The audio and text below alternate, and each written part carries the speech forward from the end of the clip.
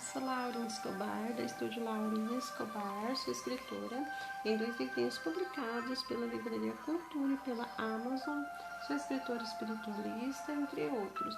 Eu escrevo, desenho, conto histórias, componho e canto. Eu canto para criança e canto hinos. Vamos dar sequência ao livro de Atos, capítulo 26, seguindo. Muitas vezes castiguei por todas as sinagogas, obrigando-os até blasfemar, e demasiadamente enfurecido contra eles mesmos, por cidades estranhas o perseguiam.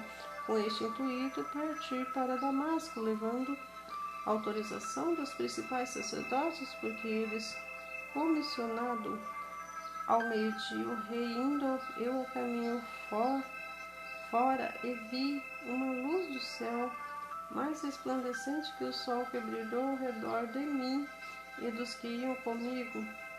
E caindo todos por terra, ouvi uma voz que falava de língua hebraica: Saulo, Saulo, por que me persegues?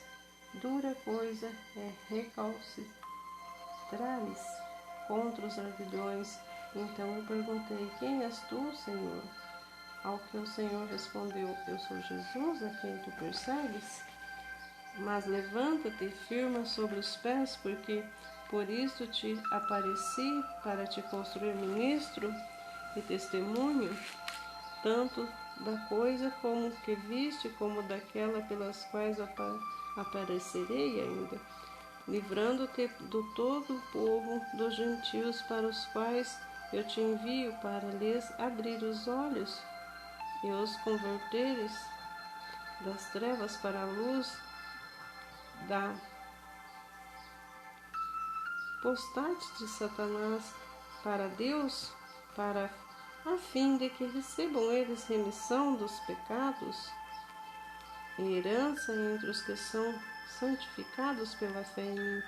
Pelo rei de Agripa, não fui desobediente à visão celestial, mas anunciei primeiramente ao Damasco, em Jerusalém e por toda a região da Judéia, e aos gentios que se aprendessem e se convertessem, Deus praticando as obras dignas de arrependimento. Por causa disso, alguns judeus me prenderam, estando eu no templo, e tentaram matar-me, mas alcançando o socorro de Deus, permaneço até o dia de hoje, dando testemunho, tanto pequeno como grandes, nada dizendo, senão o que os profetas Moisés disseram haver de acontecer, isto é, que o Cristo devia padecer, e sendo o primeiro das preocupações dos mortos, anunciando a luz ao povo e aos gentios. Paulo é interrompido por Festo. Dizendo ele essas coisas na sua defesa, Festo interrompeu em alta voz: estás louco, Paulo? As muitas letras te fazem delirar. Paulo, porém, respondeu: não estou louco, é excelentíssimo Festo. Pelo contrário, digo palavras de verdade, de bom senso, porque tudo isso é do conhecimento do rei, que me dirijo com franqueza, pois estou persuadido de que nenhuma dessas coisas lhe é oculta, porquanto nada se passou em algum lugar escondido. Acreditas, ó rei Agripa, nos profetas? Pensei que acreditas. Então Agripa se dirigiu a Paulo e disse: por pouco me persuadis a me fazer cristão. Paulo respondeu: assim Deus permitisse que por pouco e por muitos, ou por muito, não apenas tu, rei, porém todos os que hoje me ouvem se tornassem tais qual eu sou, exceto estas cadeias. Paulo teria sido solto se não tivesse apelado para César. A esta altura levantou o rei e também o governador e Berenice, bem como a que estás assentada com ele, e havendo retirado, falaram uns aos outros: esse homem nada tem feito, passível de morte ou de prisão. Então Agripa se dirigiu à festa e disse: esse homem bem podia ser solto, se não tivesse apelado para César. Paulo enviado para a Itália.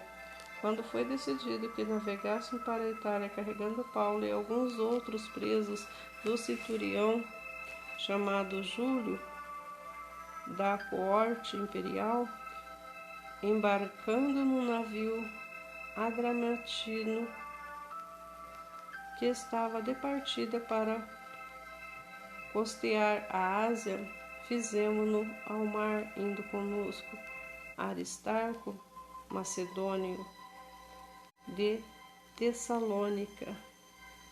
No dia seguinte chegamos a Sidron, e Júlio, tratando Paulo com humanidade, permitiu-lhe ir ver os amigos e obter assistência. Partindo dali, navegamos sob proteção de Chifre, por serem contrário os ventos, e tendo atravessado o mar logo da Sicília e Panfilha, chegamos a Mirra, na Lícia. Achando ali o centurião um navio de Alexandria que estava de partida para a Itália, neles nos fez embarcar, navegando vagarosamente muitos dias, tendo chegado com dificuldade de Cnido, não nos sendo permitido prosseguir por causa do vento contrário. Navegamos sob proteção de Creta, na altura de Salmona, costeando-a penosamente, chegamos a um lugar chamado Bons Porto, perto do qual estava a cidade de Lásia. Os perigos da viagem. Depois de muitos tempos, tendo tornado a navegação perigosa, já passando o tempo do dia do jejum, admoestava Paulo, dizendo-lhe: Senhores, vejo que a viagem vai ser trabalhosa, com dano e muito prejuízo, não só da carga e do navio, mas também de vossa vida. Mas o centurião dava mais crédito ao piloto e ao mestre do navio do que a Paulo, dizia, não sendo o porto próprio para invernar, a maioria deles era opinião que participassem dali para ver se podiam chegar a Fenícia e aí passar o inverno, visto ser um ponto de Creta, o qual olhava para o nordeste e para o sudeste, soprando brandamente o vento ao sul, e pensando eles ter alcançado o que desejava, levantar o âncora e foram costeado mais de perto a ilha de Creta. Entretanto, não muito depois, desencadeou do lado da ilha um tufão de vento chamado Euroaquilão,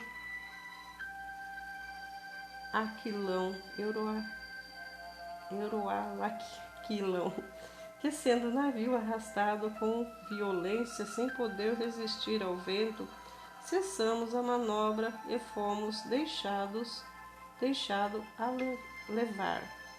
Passando sob proteção de uma ilhota chamada Cauda, a custo conseguimos recolher o bote, e levantando este, usamos de todos os meios para cingir navios, e temendo que dessem a Sirte, arriaram os aparelhos e foram ao léu, açoitados severamente pela tormenta do dia seguinte. Já aliviavam o navio, e ao terceiro dia, nos mesmos, com as próprias mãos lançamos ao mar a armação do navio, e não aparentando havia alguns dias nem sol nem estrelas caindo sobre só grande tempestade, dissipou-se afinal toda a esperança de salvamento, havendo todos estado muito tempo sem comer. Paulo, pondo-se em pé em meio deles, disse: Senhores, na verdade era preciso terem atendido e não partir de Creta para evitar este dano e perda. Mas agora vos aconselho bom ânimo, porque nenhuma vida se perdera entre vós, mas somente o navio, porque esta mesma noite, por um anjo de Deus, que sou para quem sirvo? Esteve comigo, dizendo Paulo, não tema, é preciso que compareça perante César. Eis que Deus, na sua graça, te deu todos quantos navegavam contigo.